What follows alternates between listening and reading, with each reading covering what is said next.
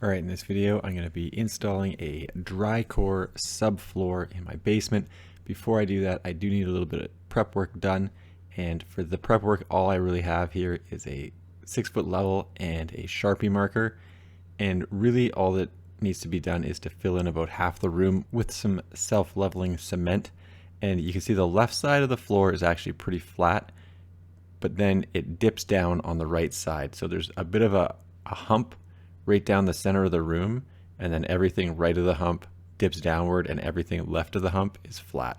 So really I just take my Sharpie marker and I'm figuring out where the top of that hump is across the entire floor, and I'm just marking a bunch of X's as I go along the floor and identify that high spot. And really all I'm going to do is fill in everything to the right of the X marks. So like I said, everything to the left is pretty flat. There's no divots or anything like that, and then everything to the right basically of that high point dips down. There is a floor drain to the right, so that might be partially why that does that. Now, normally I do charge a lot of money for people to see my feet. I'm giving it away here for free right now, so hit that like, hit that subscribe, and help out the channel a little bit.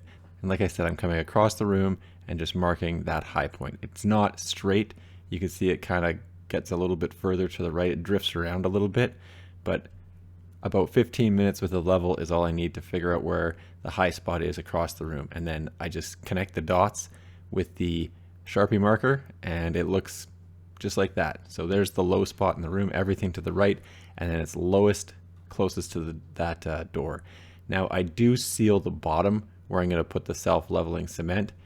I just grabbed whatever caulking I had around, and you can see I just put a line around the boards at the bottom so the self-leveling cement doesn't float away.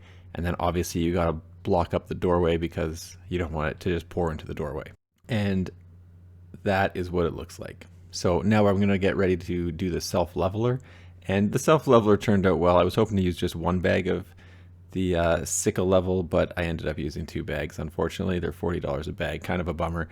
And before you put down the self-leveling cement, you do need to use a primer. And the reason you want to do that is that the floor can draw a lot of moisture out of the self-leveler and make it set up too fast. One thing to note, you do need to sweep or vacuum and mop up before you do this. So I did that the night before, and you're not actually supposed to go over paint with this either, but obviously the floor's been painted a few times, and I'm going to be honest, I tried to get the paint off with sandpaper and it was not coming off. So I did rough up the paint, but I was unable to get it all off. And honestly, I'm not concerned about that at all. So just leave the primer on until it dries out. It's supposed to go clear. I don't know, it still had a bit of a greenish tint to it, but that is what it looks like when it was dried up for about an hour and a half, 2 hours. Now for these bags, there's about 4 liters of water, and I put the water in both of the buckets. So like I said, I wanted to just use one bag, but I was prepared to use 2, and it was a good thing I was ready to use 2 because I did need the 2 bags to do the entire area that I had to do, because it does dip down pretty far by the door. And the instructions on the bag are pretty clear. Just dump it in, mix it while you're dumping it, and then once it's all in, you need to mix it for at least 3 minutes. I would say maybe a little bit more would be better. I did get a couple lumps in the cement when I was doing the pour, and then you have to come around with the trowel and sort of smack the lumps out a little bit, so a bit of a pain. But if you mix it for 3 minutes, it should be pretty good, and then just do a good inspection and make sure that there's no dry spots or lumps. And then once that's done, just dump it in. Obviously, don't just put it in one spot. It will flow better if you spread it out and help it out that way. And you can see that it really didn't do nearly enough, so definitely the second bucket was critical. And I do have a trowel. I do push the self-leveling cement around quite a bit. It is not really self-leveling. It is a bit of a marketing ploy. It does flow well, but you do need to push it around for sure. If you just pour it and hope it's going to level itself off completely, you're going to be very disappointed. So again, had the water ready for the second bucket and just mixed it up as fast as possible. Again, takes about 3 to 4 minutes to do it. And then I pour the second bucket in, and because the first bucket is still wet, it joins up without any problem. Perhaps if I didn't have that primer down, it would not have still been wet when I put the second bucket down.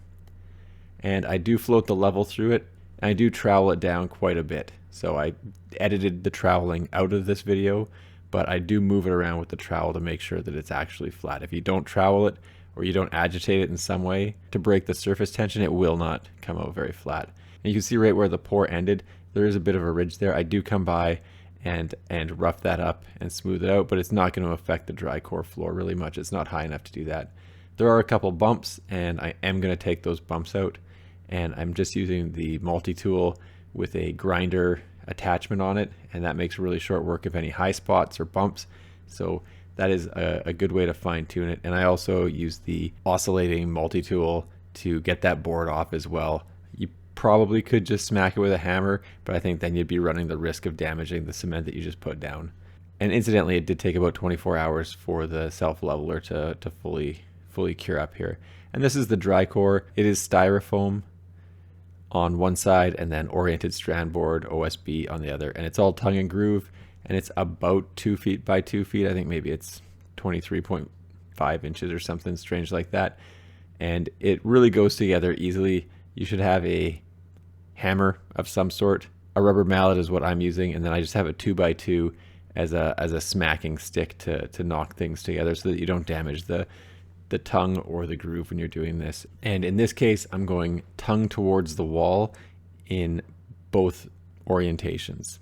So very, very straightforward to do and to get started.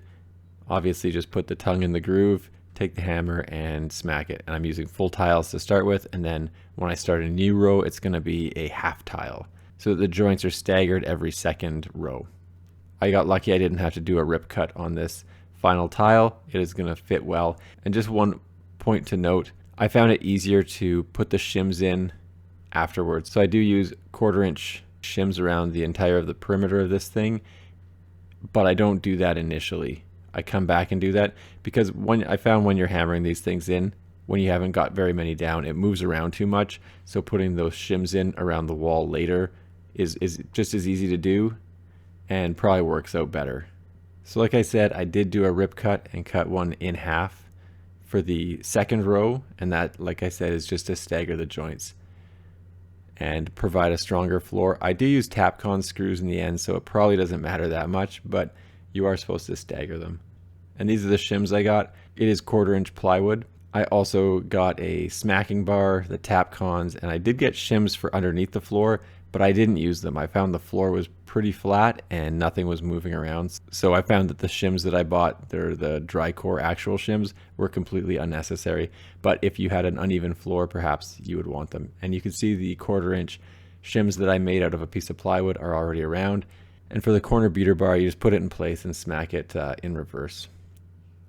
The Tapcons do come with a drill bit, so you do need to drill through the concrete floor about 3 inches, and then obviously you're going to want a hammer drill to do that. I don't put in very many Tapcons, maybe 10 for this entire 100 square foot room, and really where I put them in the most is on these first 2 rows, and that's just so that everything doesn't move around when I put the 3rd row of DriCore tiles down. So you can see I added a Tapcon every second tile.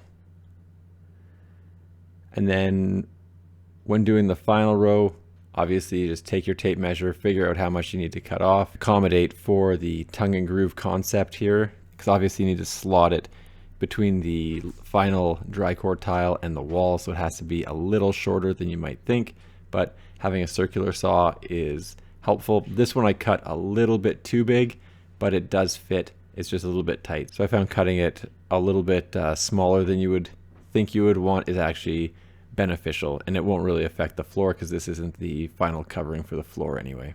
I didn't show cutting around the door, but very simple. I just used a jigsaw to do that and used a tape measure obviously to measure it, and then just cut it with the jigsaw. And then it goes in just like the other tiles, again using the rubber mallet and a 2x2. And that is pretty much what the floor looks like. I do add another couple of tiles afterwards just to use them all up, but obviously I'm going to need about another 100 of these things to do the rest of the basement, but I am doing it in sections. So that's probably not the best way to do your basement, but that's how I'm doing it because I have so much stuff down here. I have to get rid of things and move things around. Now in the doorway, one of the DriCore tiles has the tongue sticking out and the other one doesn't. So I do use the oscillating multi-tool here to cut the tongue off the one DriCore tile and even the other DriCore tile out, so it looks like that. Anyway, overall, pretty happy. The tiles went down fast. It took about one evening to do, and they do look pretty good.